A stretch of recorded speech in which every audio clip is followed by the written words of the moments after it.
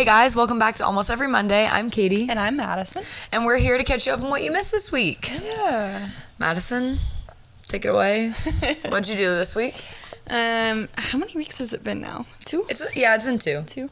Because we had our staff retreat. Right. So this past week we had our staff retreat, and so we all traveled to a different camp and spent a few days together, which is really nice.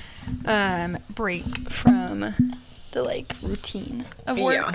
Yeah. Because we've just been really busy, and so it's been nice to kind of have a chill couple weeks now. And so before the staff retreat, I had the weekend off, and so I got to go back to my college town and see my college friends and hang out with them, which was really sweet, and catch up with people I haven't seen in a couple years, which was really nice, really relaxing. And then I'm trying to think what else happened. I don't even know what we did last week, to be honest with you. Yeah, I feel like Google everything Calendar else pulled up. normal happened, like watching Batch, and I saw Dune, too. I did not. So I'll touch on that. I have no inclination to do that. This week, I'll just give you a teaser for this week. Not a teaser. Because I don't know, maybe we'll record next week. When are you getting back? On Friday. Yeah, we can record. Yeah. This week I'm going to Florida for work. Will hopefully be fun. Spring break. I know. But I'll be meeting a lot of people that I don't know, so it's a little scary, but I'm excited. Yeah, I think everything else has been pretty normal. Yeah. Just normal working, normal nightly events. Yeah. Nothing crazy. Bachelor, Survivor. Yeah. All that stuff. Yeah, last week was chill. The only really crazy thing I did was I saw Dune 2. I'll touch on Dune 2. So, basically, I tried to watch the first Dune. My brother-in-law tried to get us to watch it 2 years ago because he loves Dune. It was probably, it was 2 years ago. And I fell asleep. Also, to be fair, we started at 11 p.m. I was so tired, and I already fall asleep at movies at night. So I fell asleep immediately. If you've seen the first Dune, I didn't even see the actor that played his dad. And he comes up 3 scenes in, probably. That's how early I fell asleep. And I really like the actor that plays his dad. I'm not going to be able to tell you what his name is, but he plays Poe in the new Star Wars movies. You know what I'm talking about? Yeah. He plays his dad. But I didn't even get that far in the movie. And if you've seen the movie, you know how early in that is. So, and then I just didn't really care about it. I didn't really think about it again. And then for some reason, I was just I kind of want to see Dune 2. So I was well, if I want to see Dune 2, I need to watch the first one. And it was going off Netflix. I later found out it was on HBO Max, so I didn't need to rush all of this, but I did anyway. I knew it was going off Netflix on a Friday. It was March 1st. So the 3 days before that, I don't have time to sit down and watch a 3-hour movie in the span, but I could watch 30 minutes while I'm on the treadmill or 20 minutes while I'm doing laundry. So I would do that. I would just watch it in increments, and I was obsessed with it. And if you've watched them, the first one is so slow, but I still really liked it, and I liked all the intricate pieces of it. It's so similar to all of these other big name franchise. Not similar in a bad way of but Star Wars or Harry Potter, of just how much there is going on in it. And so I just really liked it because I like both of those things. So I watched it, and then we watched Dune 2, and it was so good. I honestly want to go watch it again, but I'm probably not going to. I'm probably just gonna wait till it it'll stream somewhere at some point, and I'll watch it. But it was really good. Timothée Chalamet was awesome. Austin Butler was really good. Zendaya was amazing. And they leave it in such such a turmoil spot. If you haven't seen it, maybe stop listening now. But like Timothée Chalamet's character is like rising up in these ranks. They all believe he's a messiah, and like, oh my gosh, yeah, literally. And I'm not even really sure that he believes he's a messiah, but whatever. His mom's a huge problem. She's like the Reverend Mother or something, and she really freaks me out. And Zendaya's like, I don't believe in a messiah. Like, she was like, all saviors and messiahs do is like give people false hope, and like then they just like blindly follow this like thing. So she like leaves, and now he's like getting married to Florence Pugh, his character, who is like the emperor's daughter. But he's now like the emperor like surrendered to him, so he's like the crap. Like, I don't know, like, but Austin Butler's character was cool, but he died, and that was sad. I thought he was gonna like, you know, keep going. Anyway, I saw Dune 2. Jackson and I went to Boone this weekend. My parents are moving. Hey, Mom. So we went there, and Jackson helped her paint this room, and yeah, and then I saw my grandma. Hey, Nana. And that was really good. She actually gave me a dress, and I tried it on yesterday. I meant to send you a picture of it, but I just didn't take a picture for some reason. And I really like it. It's kind of midi, and midi dresses don't look good on me because I have short legs. So I'm thinking maybe I just want to hem it into a short dress, and then I think I might wear it to Shanna's wedding. Ooh. It's really cute. Anyway, it's like square neck vibes. Ooh, anyway. Can't wait. Yeah, so then we went to the staff retreat. The staff retreat was really good, really restful, really fun. And I worked 2 days, and now we're here. So that's that. All right. Our topics for this episode. Lots of them. We got lots to cover. Busy 2 weeks in the world of pop culture. Lindsay Lohan, a little Freaky Friday teaser update. Noah and Tish Cyrus. I don't know why this is Trish. It must have auto-corrected. The Oscars happened last week, so a little update there. Whoa, my phone just freaked out. It's because I added something. And then both Ariana and Casey Musgraves released new albums, so we'll touch on those just a little bit. A small update on Princess Kate, on some weird happenings. And then Survivor and Batch recap and book club. Book club. So, okay. This is the second week of book club. Second week of book club. We read through July 10th. 9th. At least I read through July 9th, I think. Whatever I texted you yesterday was right, because I just put it on our Instagram as well. So I'm sure it's July 9th, and I'm just silly. I guess I put July 10th on the Instagram. Oh. So what did I text you? I don't know. Oh, we're just feeling silly over here. I texted a lot yesterday. Oh, I said through July 10th. Dang it. That's okay. I listened to it all day yesterday. Like, I went to Target and just wandered around so that I could listen to it. Because I can't listen, like, while I'm on a short drive. Because then because then you don't get a full chapter in either. Yeah, and so I was just, like, walking around, listening to it. And then I, like, paused it, went to a park and went for a walk. And just kept walking until I finished it. And I don't know how many chapters I had left. Probably, like, I don't know, like 6 or 7 probably. And so it was a long time. And the whole time I was like, okay, July 9th, July 9th, July 9th. That's okay. So, all right, well, here's the recap of what happened. Yeah, a lot. A lot did happen. Josie met Nathan. So Josie, like, who is Alex's husband, Josie, like, came in to do a podcast recording, and Nathan was, like, working from home that one day. And then later she kept being like, every time she'd come back over after, she'd be like, oh, where's Nathan? And Alex would be like, I told you, he never works from home. He just, like, happened to that one day. So she met him. Josie talks about her 15th birthday, a.k.a. her and Walter's first date, where, like, she was, like with a bunch of her friends, and they were all, like, trying to get her to, like, drink cider or something. And at first when I was reading it, I was like, okay, like, that's good for you. Like, you didn't want to be drinking with these, like, silly boys. Like, yeah, like, it's okay to not want to do that. But then she went to a pub with Walter and, like, had vodka and kissed him. And I was like, yeah. So you just didn't want to be around those boys drinking. Yeah, because she was like, too mature for them. Like, okay, yeah, I need for somebody sure. who's No, for sure. that give me like the biggest ick. Yeah. Yeah. Ugh. Absolutely not. Then Josie steals Alex's hand soap.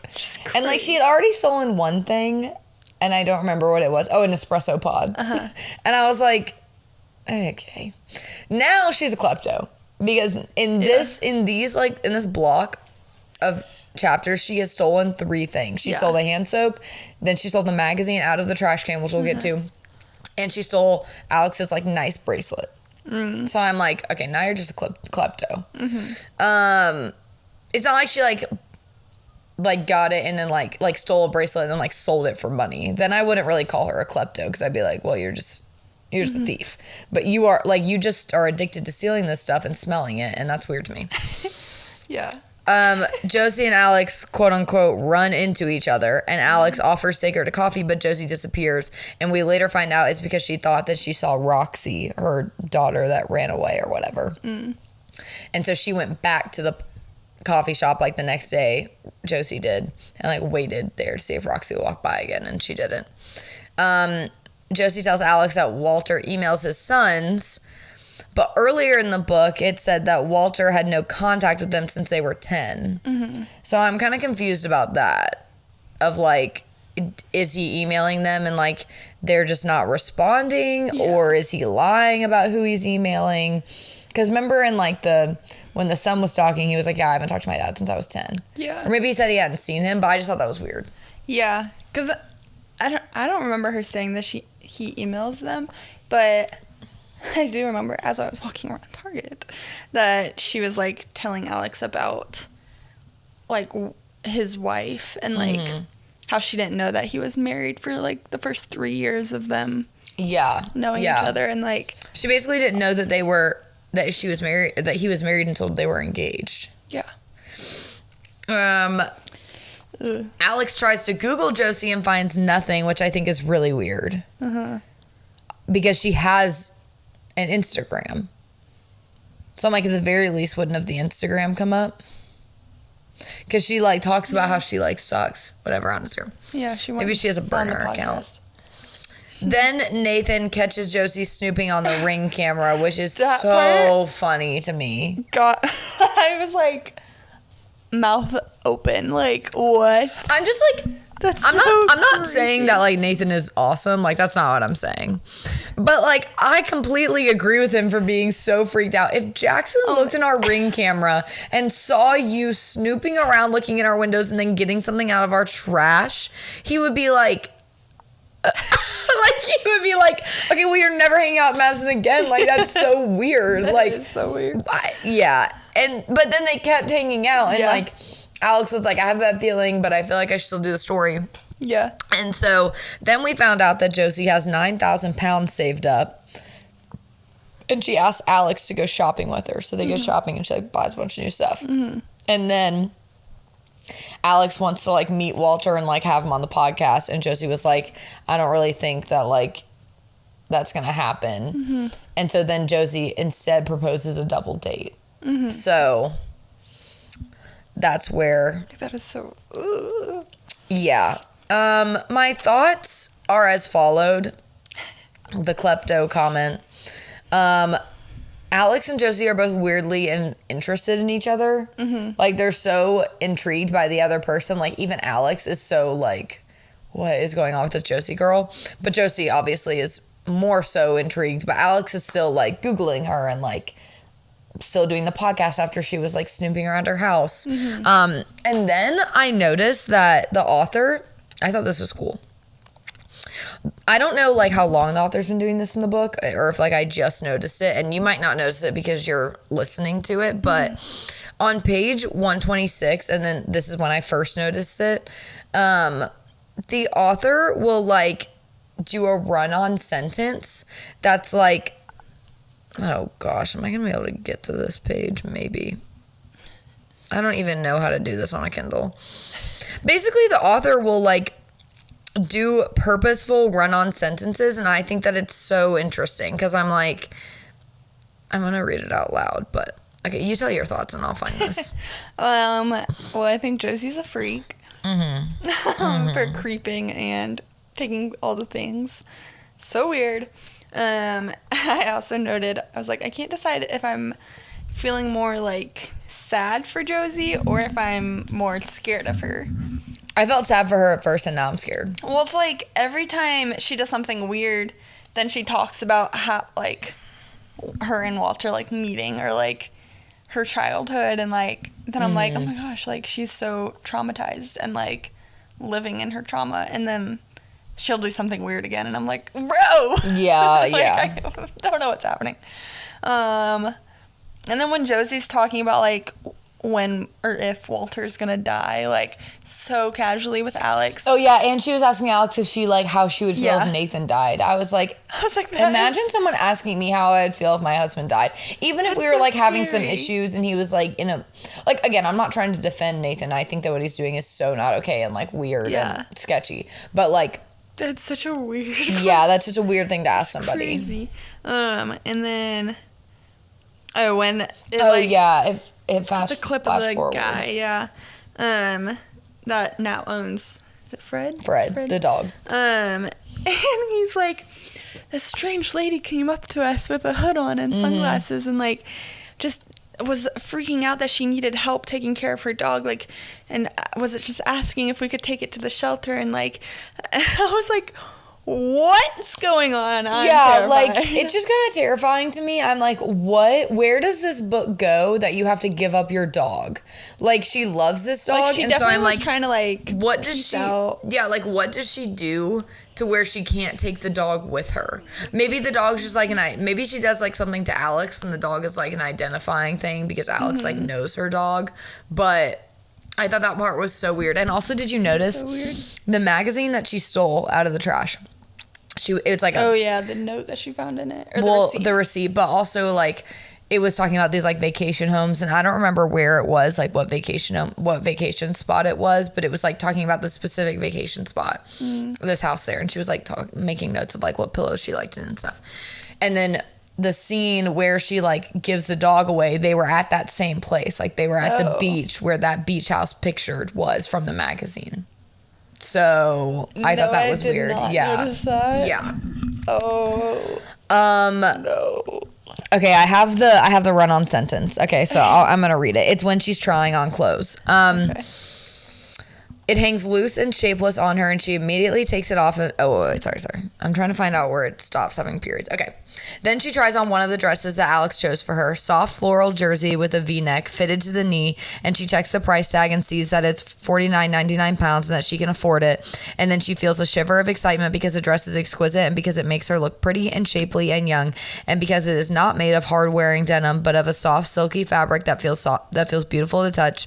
And she takes it off and then tries on another and another and another, and all of them make her look like a woman she has never met before and would like to know better. And she takes all three dresses, both pieces of knitwear and the red cotton blazer, to the till and watches in breathless awe as all 6 items are wrung through by one assistant while the other assistant wraps them in tissue, and the total is £398.87, and that is more than Josie has ever spent in one go on anything ever in her life. But the atmosphere feels celebratory somehow, as if Alex and the sales assistants are all cheering her on, as if the purchase is an achievement of some kind, a reward and an award, a prize for good behavior. That's all one sentence. What? Yeah. And like, you can't see it, but like, it's like from here, it's all of that in my Kindle to there. So it's like a whole page. Yeah, it's like basically a whole paragraph. That's like a long paragraph. That's like a run-on sentence.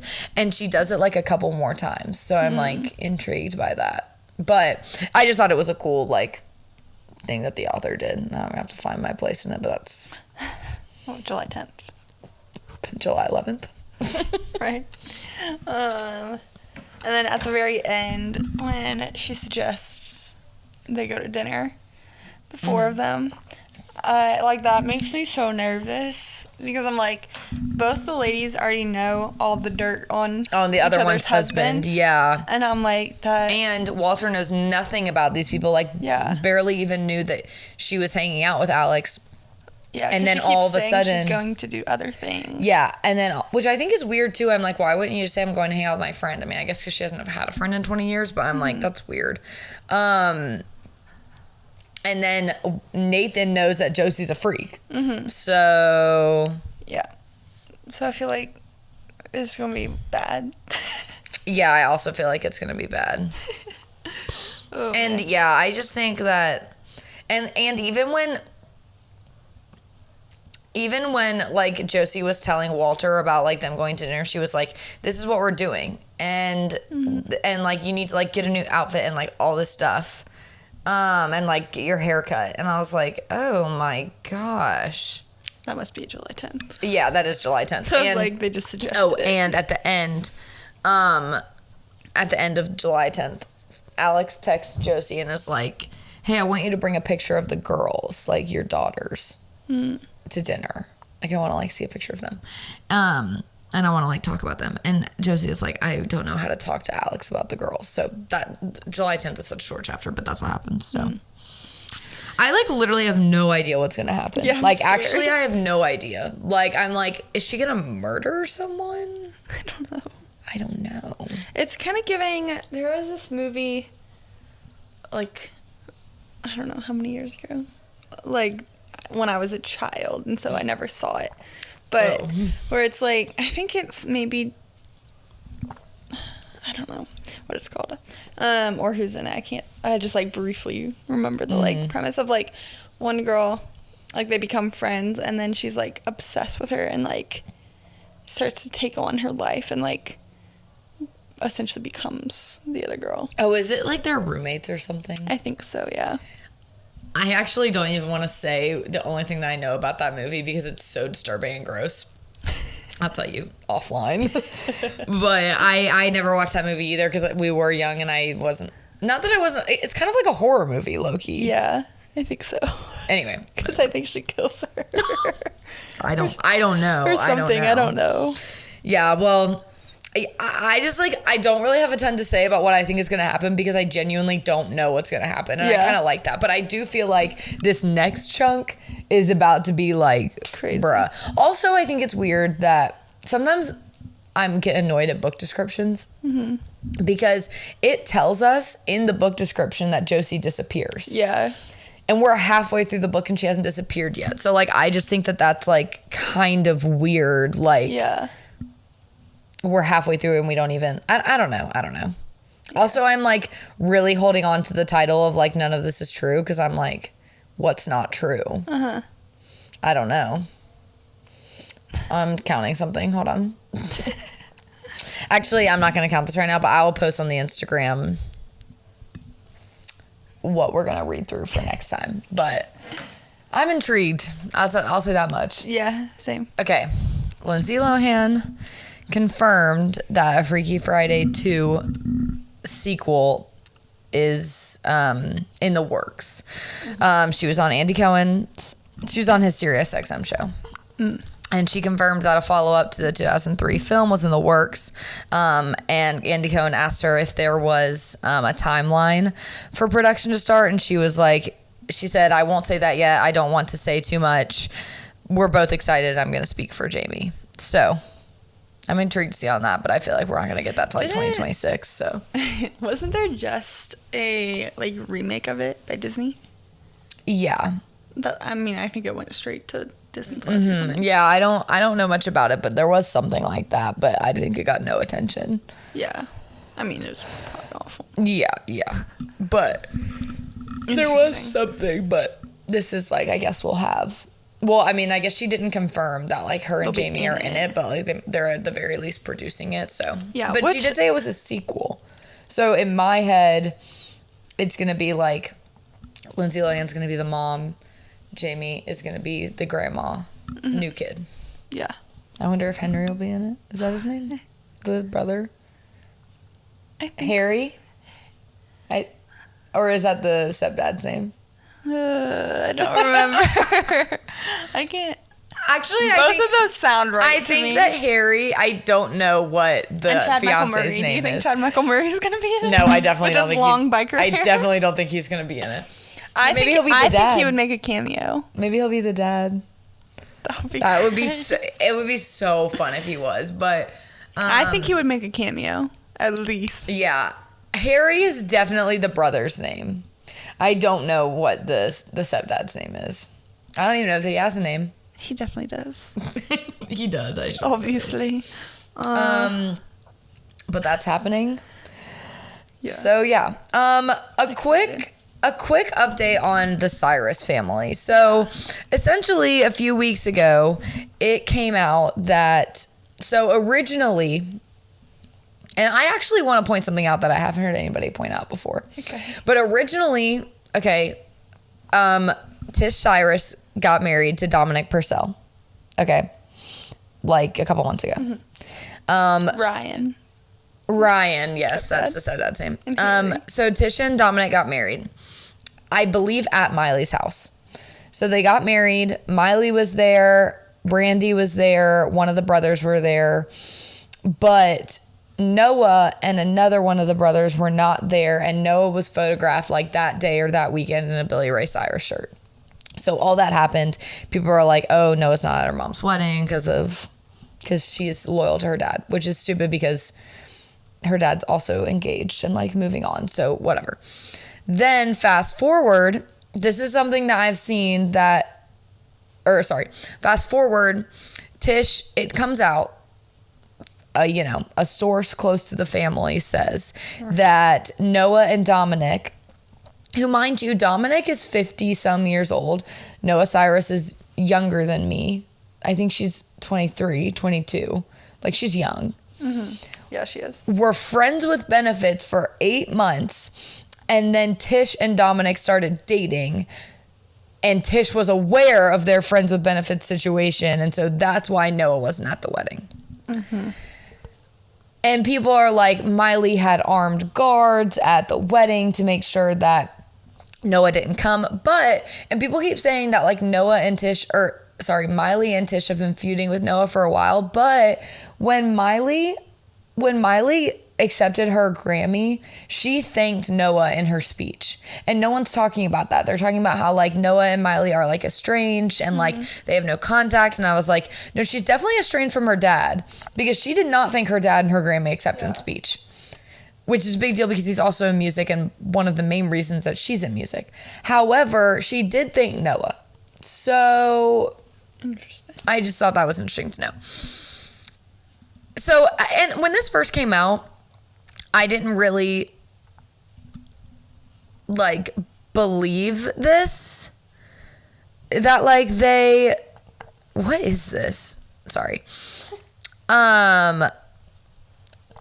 I didn't really believe it that like Noah and Dominic like actually were friends with benefits or whatever, because and that Tish knew and that she married Dominic anyway, because I'm like, that's disgusting. Like, how do you look at someone who hooked up with your daughter who's 30 years younger than you guys and then marry them? But now just like more things keep coming out, so I'm like, maybe it is true, but none of them have spoken on it. Noah's 24, so she's your age. Yeah, that's gross. Yeah. And apparently like Miley knew and all this stuff, so I don't know, I just think it's so weird. I'm like, I don't know. But none of them have really commented on it. So I don't really know what to think of it. And I don't know that they ever will. I just kind of feel like if this wasn't true, Tish would have said something. Like, she went to call her daddy. Like, she's not afraid to like make a statement. Yeah. I kept seeing clips of them on Call Her Daddy, and it was it was just like, have y'all never been media trained?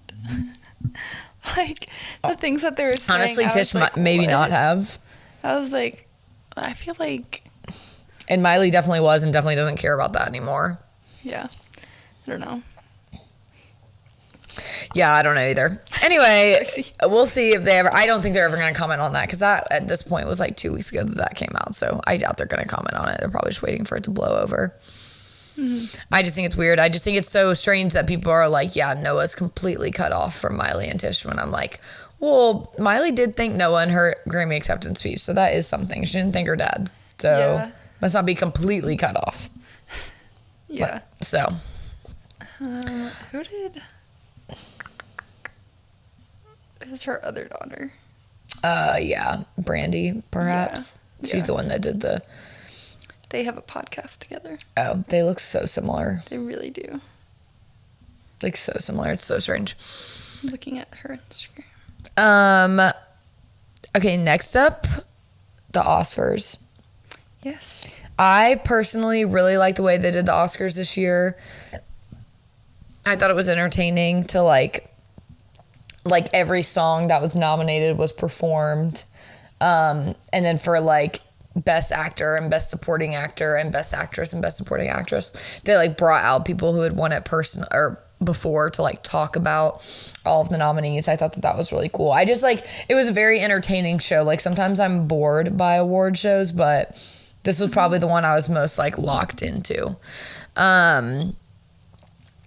We don't need to go full into it, but I'll just mention like my favorite looks. My number one favorite look was Emily Blunt and John Krasinski, specifically them together, because they finally coordinated their outfits. Because they have been walking carpets all award season. And they never look like completely mixed match, but they definitely don't look like they coordinated their outfits. And so I'm like, brother, this time they look so good. They're both in like this like he's in a cream suit, cream bow tie, and she's in like a cream sparkly-ish dress with floating sleeves. People were really into her floating sleeves. She looks so beautiful. She has her hair up, tasteful jewelry that matched her dress. They look really good together. And then I also liked Cynthia Erivo's dress. Her and Ariana Grande, they're in Wicked, that's coming out in November. And so Ariana Grande wore this like light pink, like huge, like bubble-ish dress for Glinda. And then Cynthia is wearing this like dark green dress with these like power sleeves basically for Elphaba. So I thought that was really cool that they like played into that, and I just really like her dress. So those are my two that I like. I really liked the Barbie ladies. I feel like all their dresses really went well together. Like Margot was in black, Greta was in like white-ish, like creamish, and America was in pink, and they were all like shimmery and like kind of similar cuts and everything. So I really liked those three ladies. And then I've also been getting into Carey Mulligan recently. I've been learning a lot about her, mostly from TikTok, obviously, but like she's been at all the awards shows and everything this season. I love her dress. It feels very like classic Hollywood, with like the gloves and the black and white and everything. But did you know that Probably not. her and her husband met as kids at like a summer camp and were pen pals? Like, so they would send letters back and forth as kids, and then they kind of like lost touch, whatever, and then years later they like ran into each other and like started dating. OMG, I did not know that. I know. Is her husband famous, or is he just a normie like us? No, I can't remember. What is she in right now? Oh, it's Marcus Mumford. It's her husband. He's such a normie. No, I was also thinking about I love Marcus Mumford. Kirsten Dunst, and I don't like Kirsten Dunst. her husband is, what's his first name? Something Clemens. I don't know. I just saw a picture of them. Yeah. I love Marcus Mumford. But did you know so that the Ted Lasso song, the Ted Lasso theme song, it is Marcus Mumford? And they chose Marcus Mumford to do it because he is British, but he's popular in America. Just like soccer. Just kidding. Soccer is not rooted from Britain, but anyway, just thought that was interesting. Okay. And they have 2 kids together.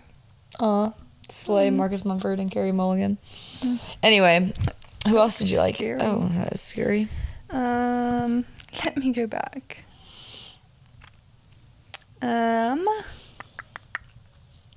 I liked Jennifer Lawrence's. I liked hers too. Her polka dot. People were saying that she hadn't been to the Oscars in a while.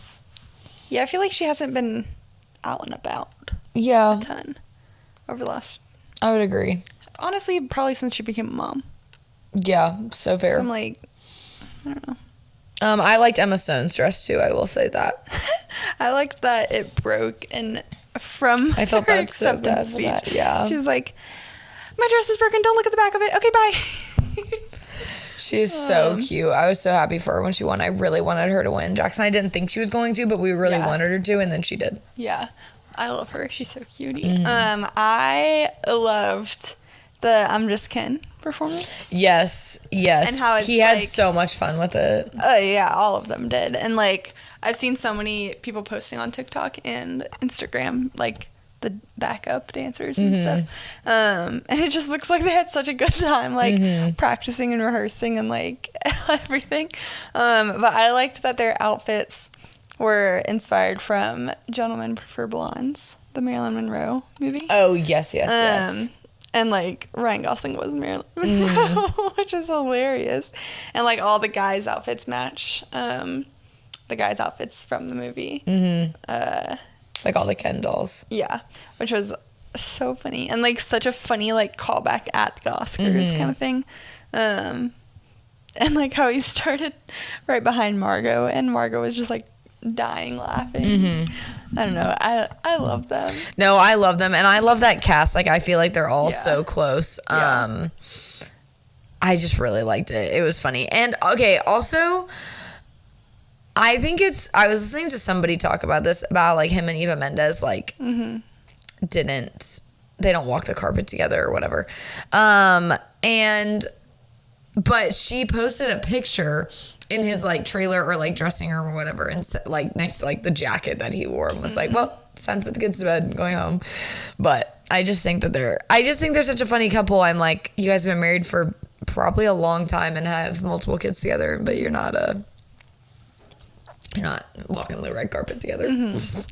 I'm just gonna go through like the big winners. Best Picture was Oppenheimer, which the deliverance of that by Al Pacino. First off, Awful. all respect to Al Pacino and everything he's done. Leave him at home.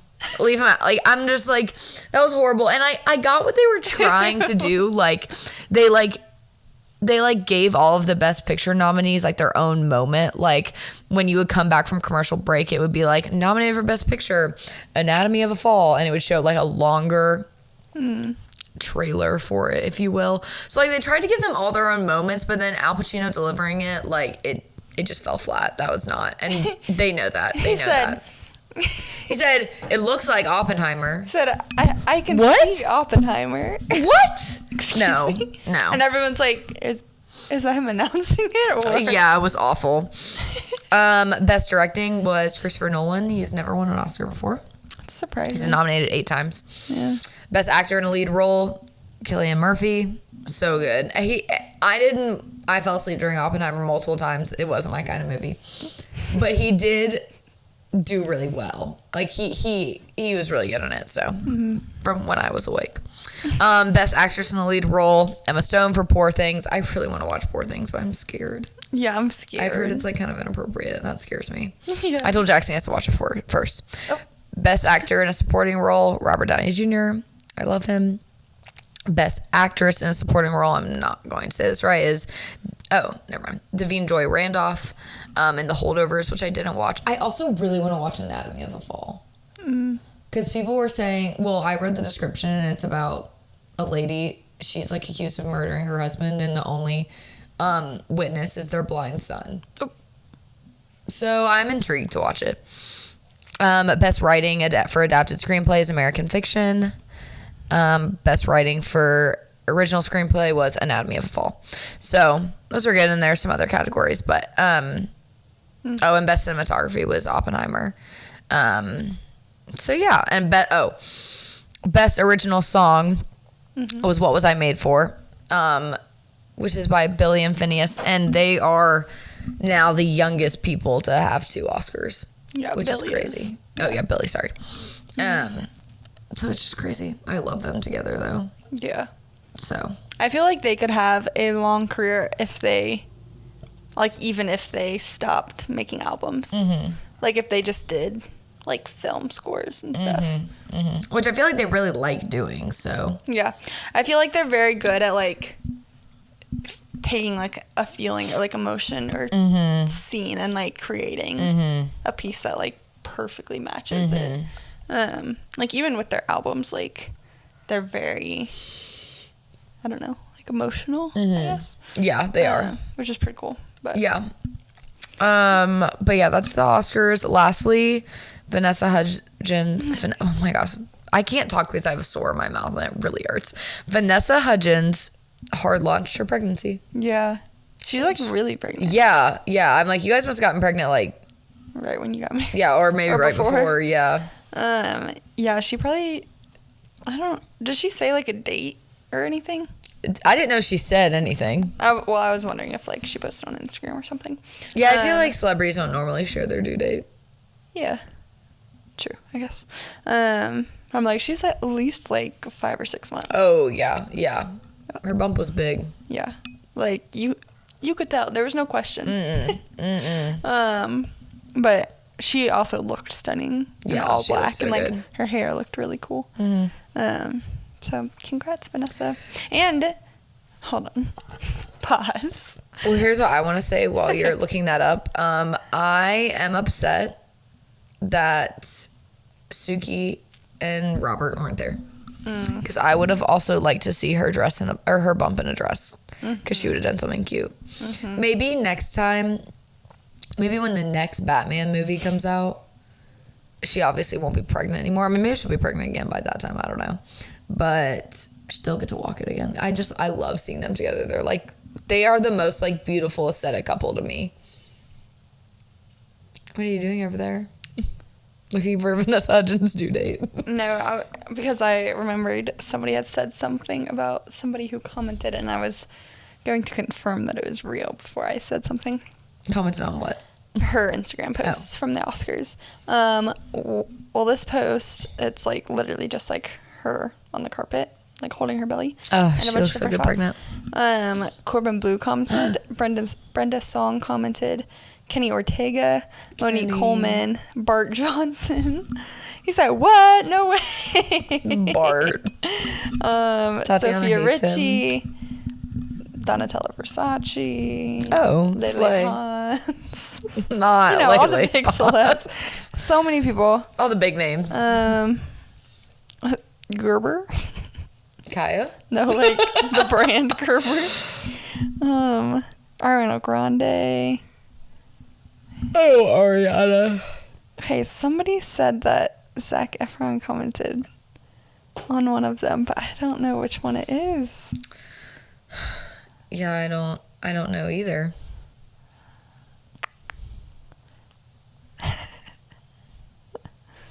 I'm about to find it though. Yeah. Are you just Googling it? Yep. Okay. Zac Efron has reached out to his high-profile ex-girlfriend Vanessa Hudgens 13 years after their shock split. Shock. The High School Musical co-stars might be back in contact again after Zac, 35, made a subtle attempt to grab Vanessa's attention on social media.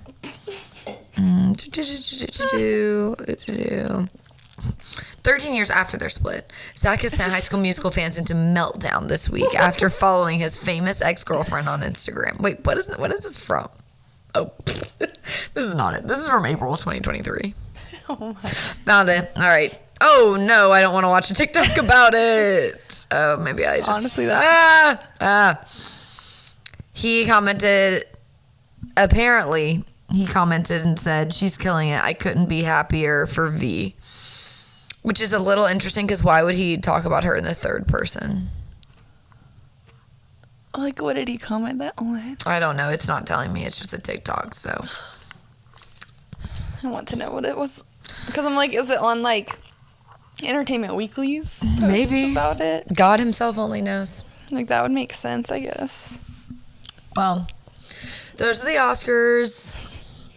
I love a surprise pregnancy announcement. Yeah, this is fun. It's cute. Okay. Yes, we're sharing a mic for this segment. I don't want to talk about it. Next up is Ariana Grande's new album and Casey Musgrave's new album. I haven't listened to Casey Musgrave's new album mostly because I I don't really listen to Casey Musgraves. No hate. I just haven't. Madison and I did listen to some of Ariana Grande's album, probably like half. Yeah, maybe more. I don't know. I don't know how many songs. It's a shorter album, I think, but all of the songs kind of sound the same to me, and they all have the same message. And the message is, I don't care that I broke up a family. Yeah. Am I right or am I right? Yeah, there's 17 songs if you include like The bonus and the remix. Honestly, I feel like we listened to all of them. Oh, maybe I just started to tune it out. Yeah. She has a great voice, and I did really like her, and like, but I just like, I don't know. I guess we're never really, that's something I was thinking, like, I can't get behind the home wrecking, but I'm like, I guess we don't really know what happened, but I'm like, you're basically confirming it to the world and saying that you don't care. Yeah. And I think that's weird. Like, even at, like, the base level of she got a divorce and is now immediately with someone else. Mm-hmm. Like, I feel like that's still really messy. Yeah. And all these songs are like, I don't care. Like, this is my man's, like... Especially when we haven't heard that her ex-husband really did anything.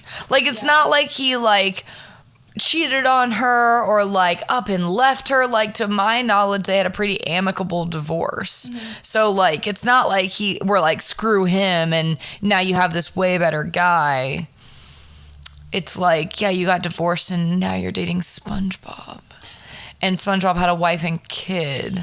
I think that I just picture SpongeBob's kid listening to this. And I'm like, in however many years, 10, 15 years, and I'm like, that's not a good look for SpongeBob or for this kid's stepmommy. They're not going to be together in 10 years. You think? I don't know, bro. That's what I'm saying. She better be with him in 10 years. It better have been worth it to break up that family. But I'm like, I don't think that she's ever going to truly, like, be with one person. I actually think that I agree with you. Like, they're never going to get married, I don't think. I don't think she's ever going to get married again. Yeah. I mean, she's either never going to get married again, or she's going to serial marry she's going to get married like 10 more times. Yeah. Because she is, this is going to sound a little insensitive, but she is dead set on that Mac Miller was, like, her person, which I'm sure they were. Like, they were great together. Mm-hmm. And now because he's died, she's like, I'm never going to have a person. Like, but they also were broken up when he died. Oh, yeah, but I don't know. Maybe she doesn't know that. But I'm like, Sorry, I'm not laughing at Mac Miller's death. I'm laughing at Ariana. She, like, took ownership of their dog, or his dog, and, like, really just, I don't know. I'm like, I feel like maybe it's kind of like that when you, like, date someone when you're younger, and then it's like, oh, like, right person, wrong time. Like, we just we needed time apart so we could but then he grow up. Died, so, yeah. And so, like, maybe that's where she was mentally at the time of his death, and so now... I don't think that sounds insensitive. I honestly think it's probably true. Yeah, and so I'm like, I feel like she's never... Like, she's always going to be comparing these guys to Mac. Yes. The version of Mac that she's created in her mind. Yeah. Of, like, what he would be like at this age. Mm-hmm. And it's like, nobody's going to live up to that because... Like, that's not even a real person. Yeah. Yeah. Because, yeah. So, like, I can see her, like, going on, like, the rest of her life and not having, like, one spouse forever kind of thing. Yeah. Yeah. I don't honestly really care about her dating escapades. I'm just like, please don't write an insensitive album. But you already did that. I'm just like, think about SpongeBob's kid listening to this. And also, I'm like, SpongeBob, what are you doing? Yeah. What are you, like, did you not listen to this before? And, like, I don't know. Yeah, like, he had to have given the okay, you know? Or even if she wasn't looking for an okay, he definitely heard it and they either got into a fight about it or they didn't. Which is, to be honest, like, if she's not looking to him for, like, approval, which I'm not saying that she has to, but, like, if she's not looking to him for approval and she's like, babe, look, I just wrote these songs. And he's like, why would you release that? And and she still did. Or he was like, yeah, Period. I also think a big, like, why this feels so wrong to me is, like, in 2018, 2019, when she released Thank You Next, that was also a very similar, like, vibe of, like... Oh, yeah, the albums are so similar. Like, this is my man, like, whatever. Like, and with your girlfriend, I'm bored. Like, yeah. I loved that album when it came out, and, like, for a couple years, like, that was on loop for me, and, like, because it's fun, and, like, I was in college, not that I was doing any of that stuff, but it was just, like, fun, because that's, like, the maturity level there, and so it's, like, now that it's 5 or 6 years later, it's, like... Oh, we're still... Oh, you haven't matured at all. And, like, it's fine. Like, I think that everyone should have this mindset of, like, I don't care what other people think about me. Like, I think that's empowering, and I think that's confident in yourself. But you can't take that to the level of, I can do whatever I want, even if it's destroying and hurting other people. Like, yes, you don't have to worry about what the public thinks about you, because you can't live your own life. Mm-hmm. You can't take that as so far as to break up a family. Yeah. And also, I want to say, I am not pro men in this. Like, I am not, like, SpongeBob has many faults. He chose to leave his family. Like, I just want to say that at the end of this. I'm not trying to sit here and, like, hate on women or a woman at all. I think she has a bad attitude in the things that she did. And at the same time, SpongeBob did all of this too. Like, he is the one that left his wife, and I don't know what's going on with their kid. I'm assuming they have joint custody, but I don't really, like, you know, I don't know. Mm-hmm. I'm like, he is the one that left his wife. Like, he is the one that, like, he is at fault too. I just want to say that. Like, Ariana, it's not just all Ariana's fault. Oh, yeah. And honestly, I wouldn't have even have ever brought this up again, but the fact that she released this album basically saying she doesn't care, I'm like, all right, well... Yeah. That's a character flaw in you. And Mr. SpongeBob. Yeah. You want to take it away about Casey's album? Yeah, I can. Your mic is so much heavier than mine. Oh. It's like a brick. Oh my gosh. Slay. No, you stole me this one. Yeah, so Casey Musgraves also released her album this past week. And it's called Deeper Well. She just split from the guy that she was with post her divorce. Oh. Who, like... So she's one step ahead of Ariana and SpongeBob.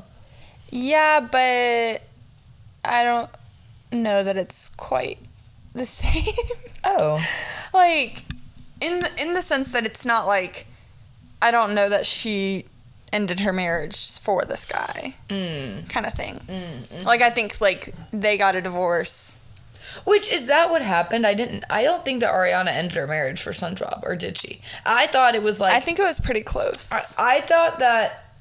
I still think, though, the distance between when her and Dalton broke up, or got divorced, and when SpongeBob and his wife split up, I do think that her and Dalton, it was a longer... You keep talking. You Google it. The timeline. Okay.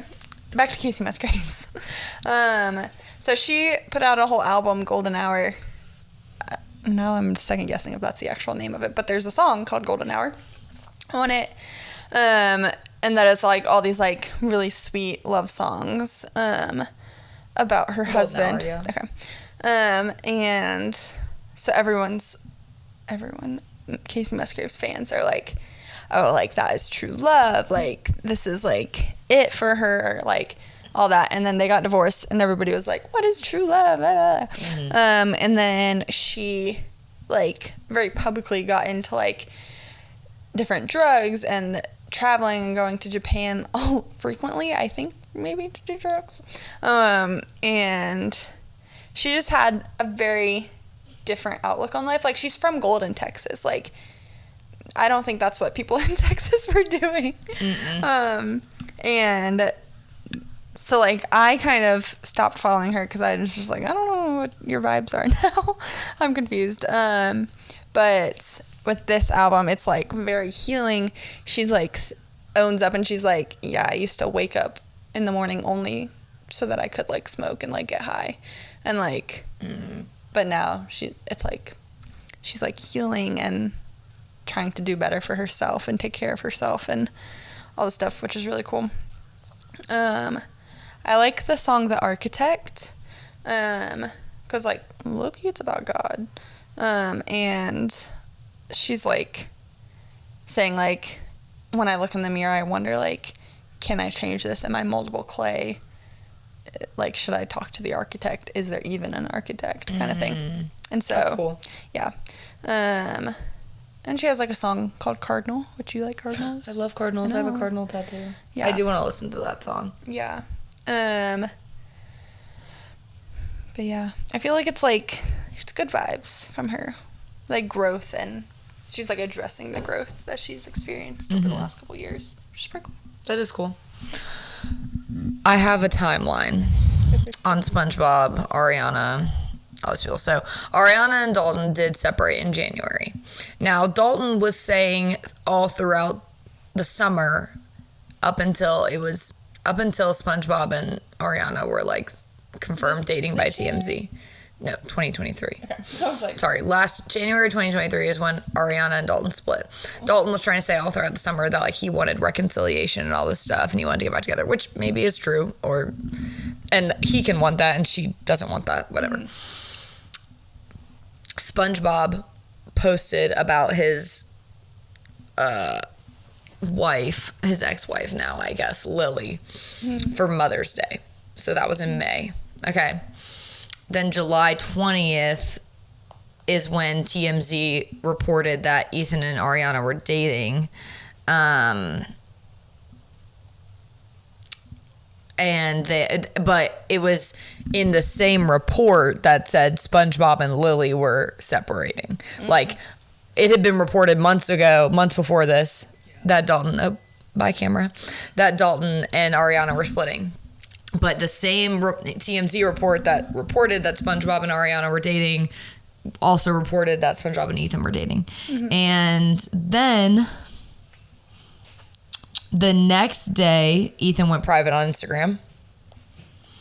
Then that same day, so the day after the news first split from TMZ, Page 6 reported that Lily was completely blindsided by them dating. So,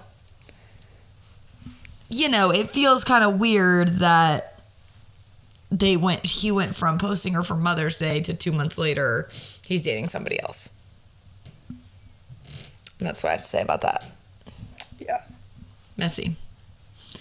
But,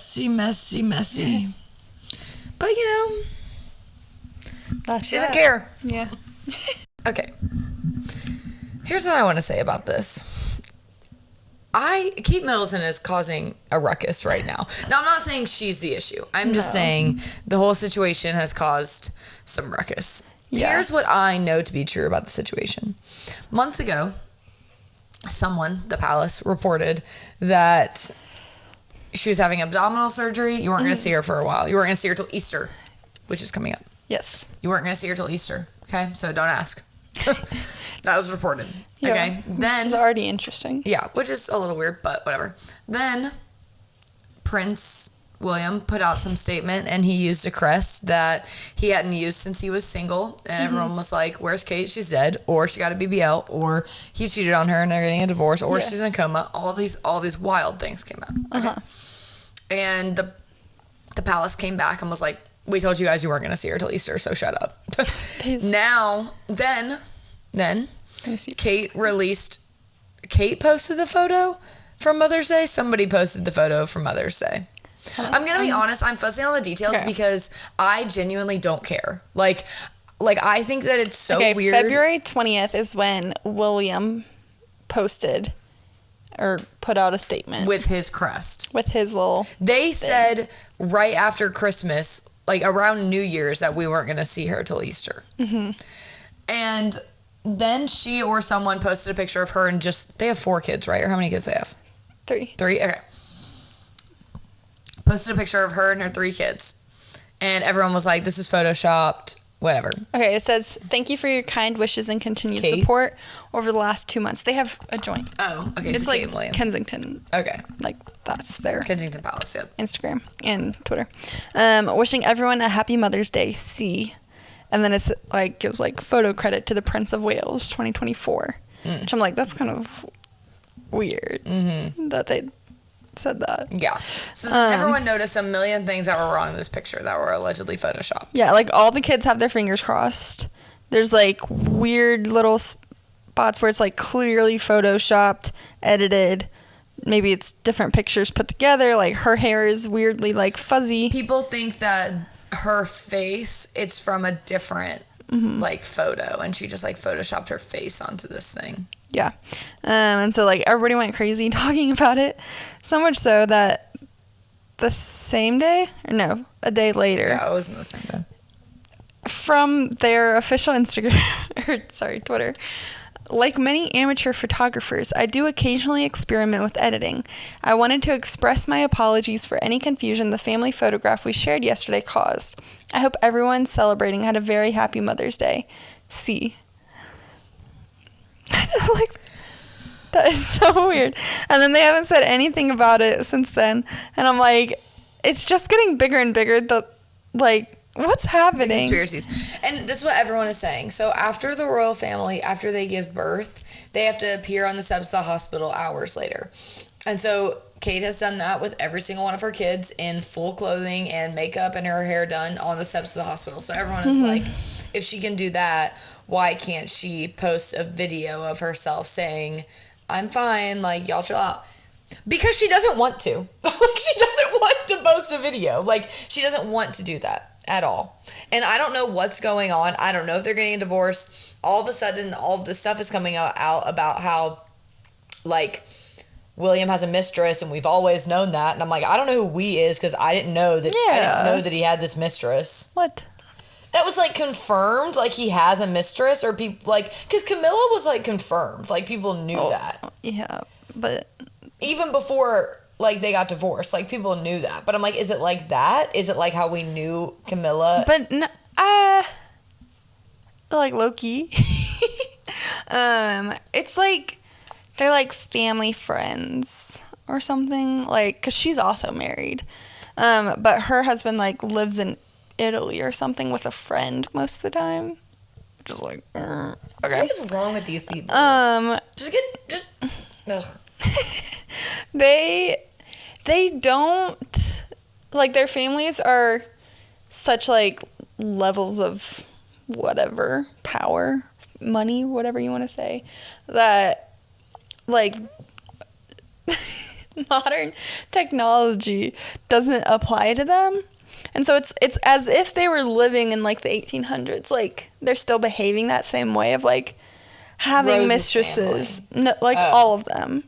Like, because people are, like, freaking out online about Kate. It's, like, the normal thing for someone to do, from a PR stance, would be, like, to just squash the rumors. Like, put a video, make a public appearance, something. But they're, like, no, we don't need to. Like, just let them, like, that doesn't apply to us. Kind of thing. Here's what I thought. I thought that they were just getting divorced. I was like, yeah, she's not saying anything because she doesn't want to because they're getting a divorce. Then I saw this one girl, this one TikTok, that basically said, oh, they're not getting divorced. Oh, no way. She was like, Kate is giving him until Easter to figure his stuff out. Like, she was like, Kate has been around this stuff her whole life. And they were saying that, like, Kate saw everything that happened with Diane and Camilla and what's the dad's name? Charles? Charles. She saw everything that happened with them and how negatively people view Charles and Camilla. Like, nobody likes Charles and Camilla, like the public eye. And so people think that this TikToker was saying this, and I kind of agree with her. The TikToker was saying that, like, Kate saw all of that, sees the negative view that people have of Charles and Camilla, okay? Knows that William's having this, or knows that William's having this affair, whatever. Says, hey, you have until Easter to figure this out. We will not be viewed, you and this girl and me and you will not be viewed like your mom and Charles and Camilla are. We're not doing that. So you can figure your stuff out, and you have until this date to do it. And that day we will reappear to the public and everything will be fine, and we're going to move on from this. And I was like, low key, that does sound right. Or just getting a divorce. I don't know. Like, and honestly, I guess I'm counting down the days till Easter. Also, I saw another thing that said something is about to be released. Have you seen that? There's like an injunction right now on a piece of information. Apparently, this has happened before, like when Princess Diana and Charles got divorced, and when the Queen died, and when people have been sick. Like the press has been given information from the palace, but it's been like in an injunction basically saying like, hey, we're going to tell you this, but you can't release it until this day or something like that. And so apparently there's one of those right now. And it has, and I don't know what it is and I don't know when it's being released, but that's what I've heard people on TikTok say. I don't even know if that's true, but Yeah, interesting. I don't know. I don't know what's happening. I just hope Kate and the kids are okay. I don't really care about William. Yeah. There was an article released saying that, like, Kensington Palace was so mad about the late night hosts in the U.S. making jokes and, like, comments on it.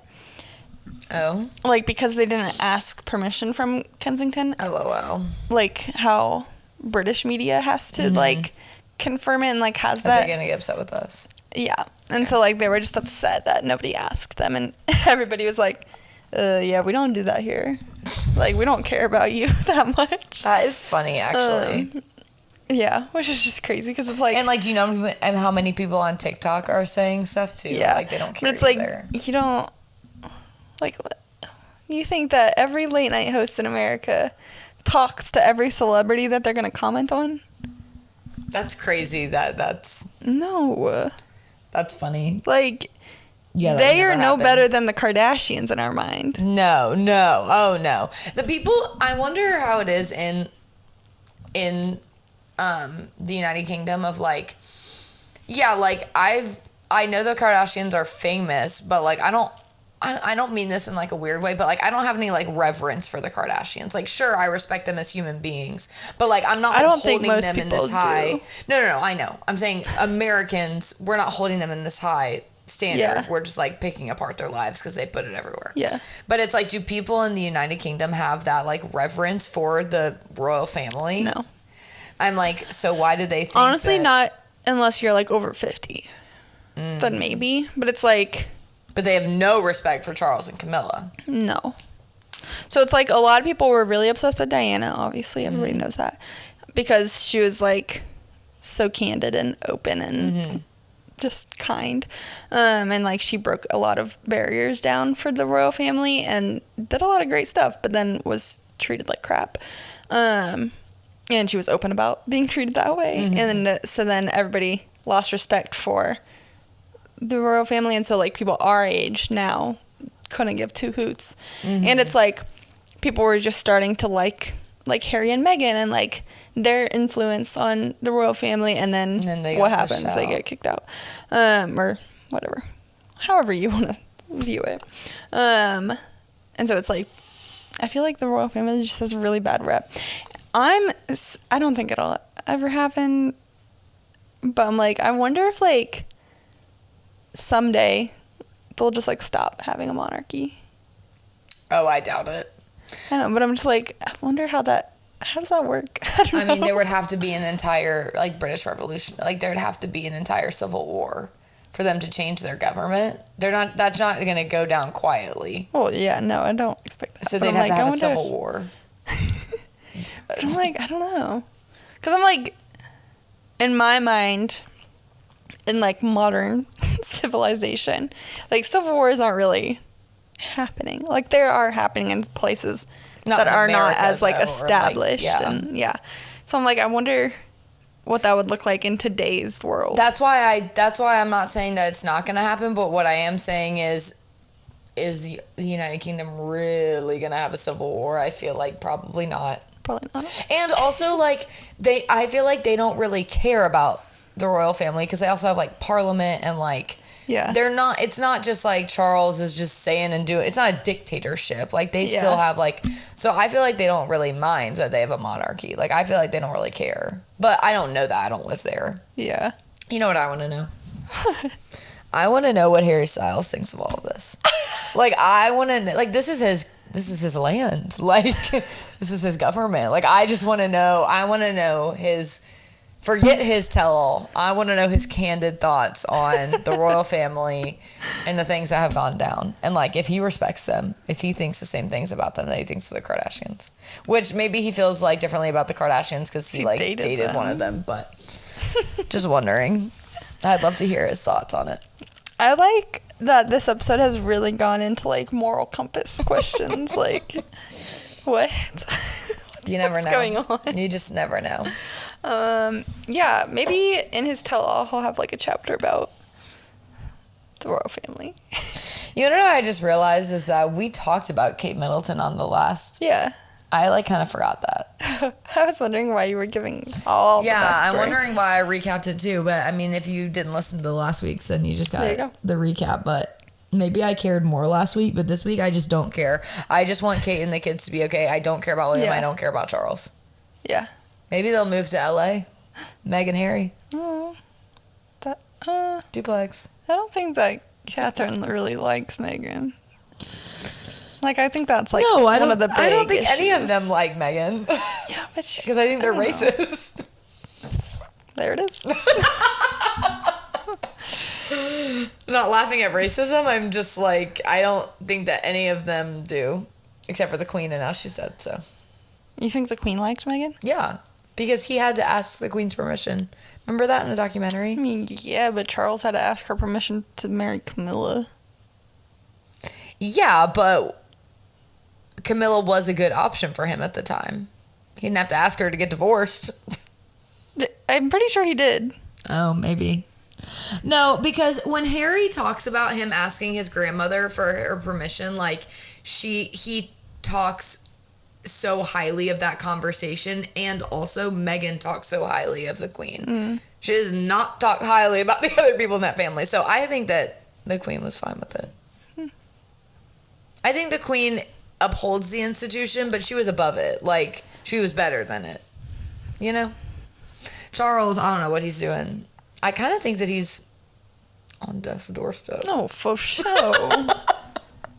All right, I'm done talking about them. Okay. Survivor and Bachelor updates / recaps. The Bachelor, a lot has happened, so let's just update where we're at now. I don't know if we already talked about this or not, but Maria went home.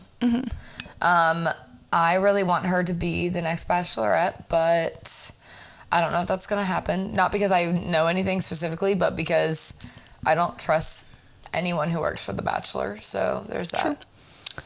Except for my friend's brother-in-law. I do trust him. Okay. He's a cameraman, though, so I don't know that he's going to have any influence on who the next Bachelorette is. I think I was really into The Bachelor, like, for the last, like, year. I'm not, like, a true diehard Bachelor franchise I haven't been into it in the last year. I was more into it before the past year of our lives. Oh, cool. Just telling you. Yeah. So, but I will say, I don't really give a rip who the next whoever is, but who needs to be Bachelor is Tyler Cameron. Oh my gosh. That would revive the franchise for so many people. Yeah, it would. Like, after this season of, like, Joey being, like, cute, like, wholesome vibe guy, like, after freaking Zach, like, next needs to be Tyler Cameron. Yeah. And then, what's his face? I don't know. Mike? Oh, Mike. Yeah, I like him. Maybe just they some, can like, get together. Yeah. I feel like that hasn't worked out great in the past. Just, like, some genuine, sweet, funny, lovable guys that aren't, like, the worst. I completely agree with you that Tyler Cameron and Mike could be good. I do agree that maybe the 2 Bachelorette format, it works if you're good friends. I mean, they were good friends, so I feel like they never once really fought over a guy. Right. But they're not going to do that. Like, they're, like, honestly, Next season, they're probably going to have Daisy as the Bachelorette. I'm not going to watch it. Then after that, they're going to do the Golden Bachelorette. I'm also not going to watch that. Apparently, they're taking an indefinite break on Bachelor in Paradise. Not to say it's canceled, but as of right now, they don't know when they would bring it back. Yeah. And then they're going to have The Bachelor again. I'm not going to know who he is, but I'm going to watch it because I like The Bachelor and I don't like The Bachelorette. Now, if they cast Maria as the Bachelorette, I'll watch. But I'm not watching Daisy be the Bachelorette. Like, no. And that's no hate to Daisy. I'm just like, I was talking to my boss about this the other day. Like, they keep picking these, like, nice, to be honest, like, mild-mannered people to be the Bachelor and the Bachelorette because they're like, oh, well, those people will stay in love. Like, those people will stay in the relationship. First off, what a horrible message to send that people who have, like, that are loud or have, like, bold personalities don't stay in relationships. And second off, like, I don't care if they stay together. Like, do you think that's why I watch this show? No, I do not care. I do not care if they stay together or not. I want to be entertained. It's reality television. Right. I think Daisy reminds me of Cassie from Colton's season, who he ended up with. And she would have made a terrible Bachelorette. Yeah. Like, they... like, really are just so middle of the road. Yeah. Like, I don't know. Daisy does have, like, Daisy definitely has personality and, like, she has a cool story. But also, like... she's just going to talk about her cooking. Yeah. Which is, like, fine, but I don't know. I also, like, got weird vibes from her for Fantasy Suite date. Yeah. It was, like, I don't know. It was, like, she was trying to, like... be someone that I don't know, it just like felt like not her. I also don't know her, but like it didn't feel consistent with who she had shown us to be the rest of the season. Yeah. I don't know. So, I don't know. I just feel like I don't know what's going to happen. I feel like they would never cast Kelsey or Rachel because they haven't really shown us a ton of them. I love Rachel. I think she's just like a genuine person. She was a terrible Bachelorette. Yeah. But I do love her. Yeah, I like her. And I like Kelsey a lot too. Like, yeah. I really like all of them. I just don't want to watch Rachel, Kelsey, or Daisy be the Bachelorette. Yes, and I think it's because I could be friends with any of those three. Like, I feel like they would fit well into, like, my friend group. And, like, it'd be normal and fine. Maria, on the other hand, we would be totally opposite, and it would be so chaotic because we are just very different, but that's what makes good TV. Yeah, and like put on good TV. Yeah. Put on good TV. And if you choose Daisy or Rachel or Kelsey, you better put out a statement that says Maria denied you. You better, honestly, because then I'll respect it. But I don't know.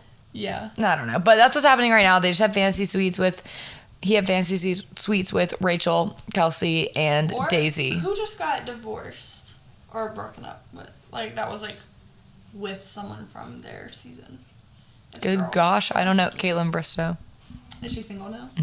What if she comes back? I'd be fine with that, I guess. What if they, like, try and bring someone back, like, when they did with Claire, but it's, like, somebody that people actually care about and, like, keep up with? I don't know that Caitlin... keep up with Caitlin. I don't know that she would say yes. I don't know that she would say yes, but I do like her. But I bet that's... But I'm like, ride the Maria high. Ride it. Yeah. Anyway, they all have fantasy suites. Jackson watched this episode with me, and he said that... this is his words. He said... that man likes Kelsey the most. Oh, for sure. And I was like, okay. Stuck around. They made breakfast. Yeah. They were chit-chatting. Yeah. There was no rose ceremony at the end of it, which makes me irate. And then they left it with, like, Kelsey writing him a note says, like, we need to talk. Mostly because she's, like, nervous. And then she has, like, a mental breakdown about what it's going to be about. Which I'm like, why? Like... thinking about, like, the real life timeline of that day, I'm like, one, the producers knew he wasn't in his room. She went back twice and knocked on the door. Go knock on it. They definitely knew he wasn't there. They're like, oh, just write a note. Just leave him a note. And then he comes back at, like, 10 p.m. or something. According to, like, the timestamp on the camera, which is doctored. Put in post. Whatever. Anyways, then he gets back to his room, finds the note, reads it out in the hallway, and he's like, what could this be about? Like, what's going on? Like, all this. And then they sit him down to interview him before he goes to talk. And he's, like, having a mental breakdown. Like, obviously. Just let him go talk to Kelsey, then he won't have the mental breakdown anymore. I mean, we are asking for good TV. Yeah, so true. But I was like, that is crazy to do to him. Because he's, like, literally, like, in tears, like, freaking out. Because he's like, I don't know what this is about. This could be her wanting to leave, like Lexi did. And, like, this has been his big fear. And, like, clearly he is, like, leaning towards picking her. Like, the way that he talks about their time together and the, like, things that they did together, like, that it showed. It's like, clearly he's about to pick her. And now she's like, we need to chat. Yeah. He's, like, losing his mind. I'm like, I feel so bad for him. I also feel bad for him.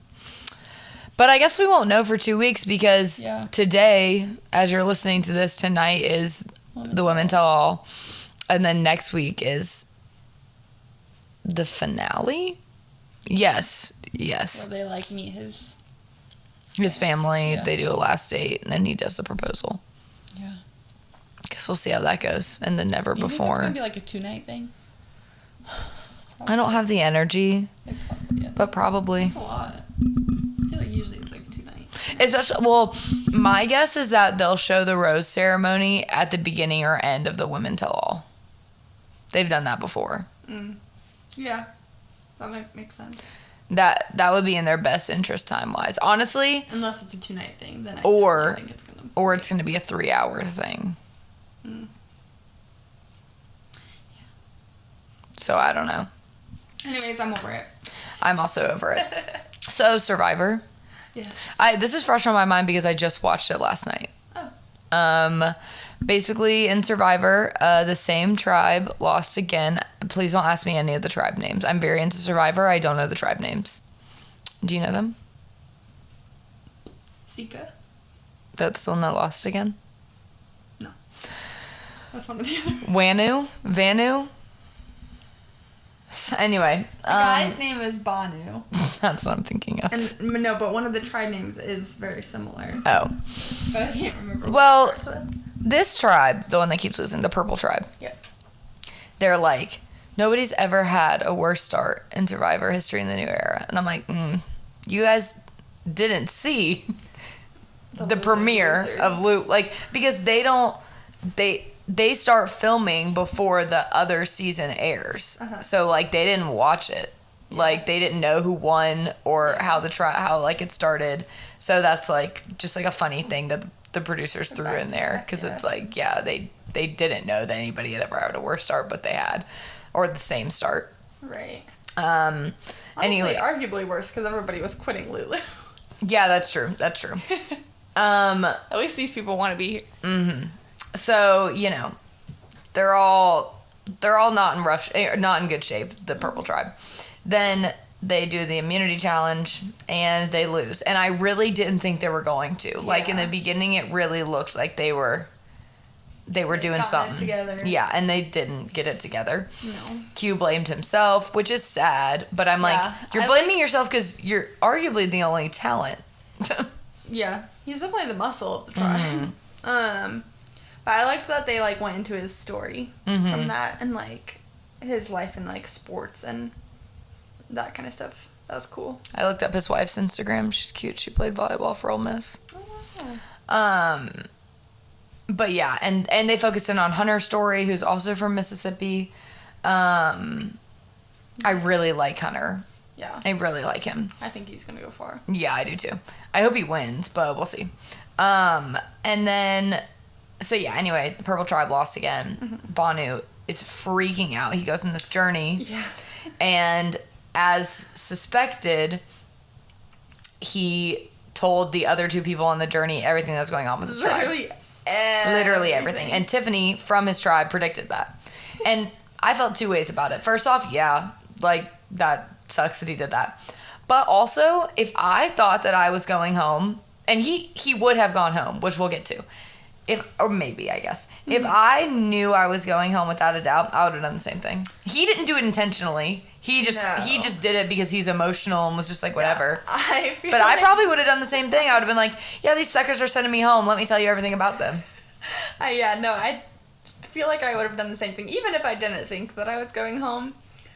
Purely because I was like, oh my gosh, new people. Like, hey, what's y'all's life like? Yeah. You know, like, this is crazy. But they told him nothing, at least what was shown. Yeah.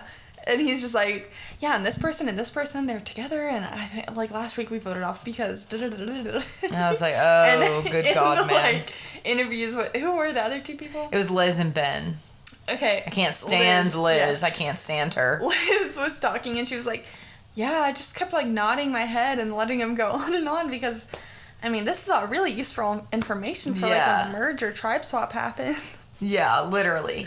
I was like, oh my god. But yeah, it was him, Liz, and Ben. They all drew rocks. If you got a blue rock, you had to go up to this puzzle, and you either won an advantage or lost your vote, and then the white rock just, like, went home and nothing happened. So Liz got the white rock. Ben and Banu got the blue rocks. They both lost their vote. So then Banu is freaking out.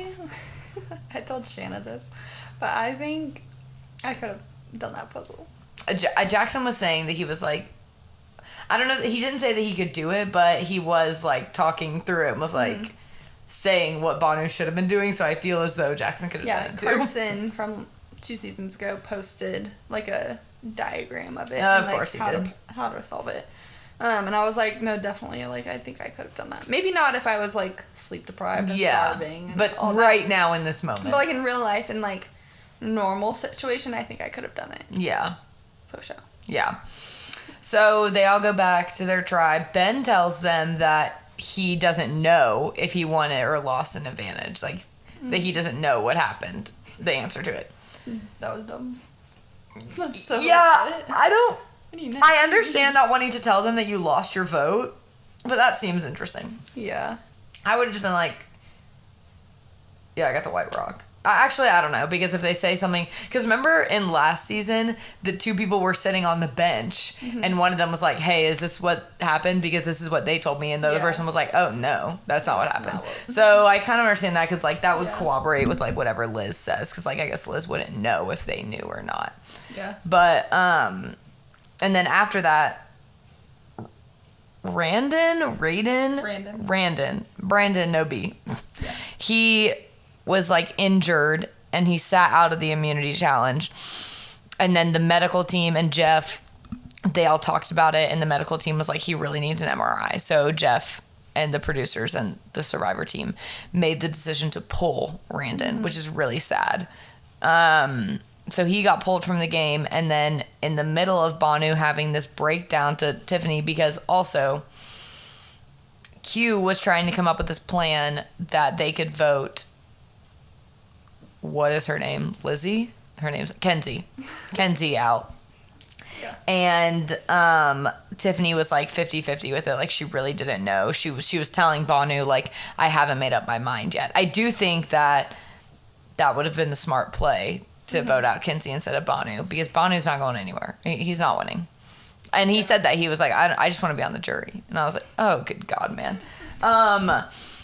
And Q, I thought this was so funny because I just watched this season. Q literally said to Banu, he was like, yeah, you could be my Philip. And I was like, that's not a compliment.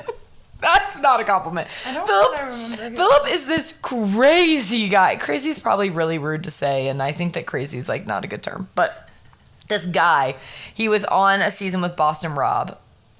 Potentially the season where Boston Rob won. The first time he won. And he was this guy, and he would like pray to his like Native American like grandfather, and he basically only wore underwear the whole time. He kept like a pair of underwear. He kept a feather in the back of his head. Are you looking him up? That guy? Yes, that guy. And he basically did whatever Boston Rob told him to do. Oh, I do remember his interviews now. Yeah. And Q was like, yeah, you could be like my Philip. And I was like, oh, brother. So that was that. But so then Banu's having this emotional conversation with Tiffany, and Jeff walks in and basically was like, well, no one's going home tonight. And that was the end of the episode. Are you reading about Philip?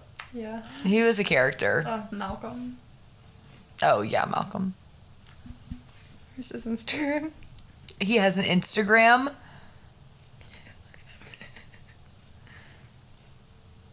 This is crazy. Anyway, yeah, so that was the episode. It was a little anticlimactic, but I do feel like the highlight of this episode was Hunter. Like, Hunter was really showing off a lot of stuff. He's got a baby. He's got a grandson. Oh, I was like, he's too old to have a baby. The highlight of the episode was Hunter. He did a really cool thing in the challenge where he like pushed somebody over like the rolling thing, and then he just held on to them, so he kept going, and I was like, that was cool. Yeah. So I really like him, but I feel like overall this episode was like fine. It kind of turned out to be anticlimactic because Brandon went home, which is sad. Mm-hmm. Agreed. Any final thoughts on the episode? I think, well, I saw somebody say that they think that the tribe swap is happening this week. I could see that. Because of, in the like teaser for this week's episode, it shows a clip of Kenzie, and she's got the buff on her like as a headband, but it's like, it looks weird, like superimposed. And so somebody was like, I think that in the actual clip she's wearing a different buff, and they just like colored it purple so that it didn't give anything away. Because like you can't see the writing. Also, the preview was so short. It basically was somebody complaining about somebody, and Liz complaining about Kenzie complaining about Banu. Like nothing. It was no real. You know what I'm saying? Like it was very short. Mm-hmm. I also feel like the Purple Tribe is gonna, like the rest of them are gonna go pretty far. I think. I don't like Kenzie, but I'd be okay with like that one tribe was complaining about soda, and then Tiffany and Kenzie are complaining about Banu. I think Banu's probably could stick around for like 2 or 3 weeks, maybe. I hope he gets to the jury if that's what he wants. Yeah, I don't know. And then maybe he'll go home. But the others, I feel like, are like low-key pretty good players and like are being strategic and trying to like play. I also saw somebody was like saying that the difference in like the new era versus like older seasons is that like in older seasons they cast people who want to play Survivor, and now they just cast fans of Survivor, and so it's like there's like a lack of like strategy and like cutthroat moves and like that kind of stuff, because everyone's just like, I'm so glad I'm here. And Jackson and I were even talking last night. I was telling him that like in older seasons, like part of determining who went home was based off of like if you were helping out around camp. Like if you weren't contributing to camp, they would send you home, or like they would like be more inclined to vote you out because like you weren't pulling your weight. And I'm like, now people are like, well, I can survive for 26 days like without anybody catching me a fish. Like I don't know. I do wish that there would be a more cutthroat season soon. Maybe they would cast more cutthroat people. Who want to play and not want to win 1,000,000 hearts and not $1 million. When he said that, I was like, that's crazy. You just lost my heart. Yeah. I was like, bro, like, that's a sweet sentiment, but you're basically saying that you don't want to win. Like, that's what you're saying. What's the point in you being here? Yeah. I don't know. The Survivor players are getting a little soft, and I'm saying that. Yeah. I've heard really good things about Survivor Australia, and I'm very intrigued. Who's their host? I don't know. Some Australian dude. Guess so. But they're very cutthroat and play as if it's an older season of Survivor. So maybe I'll give it a watch. I don't know if it's also on Paramount or not, but it's somewhere. Yeah. So. Well, that's all from us. So we'll see you next Monday. Maybe. Gorgeous.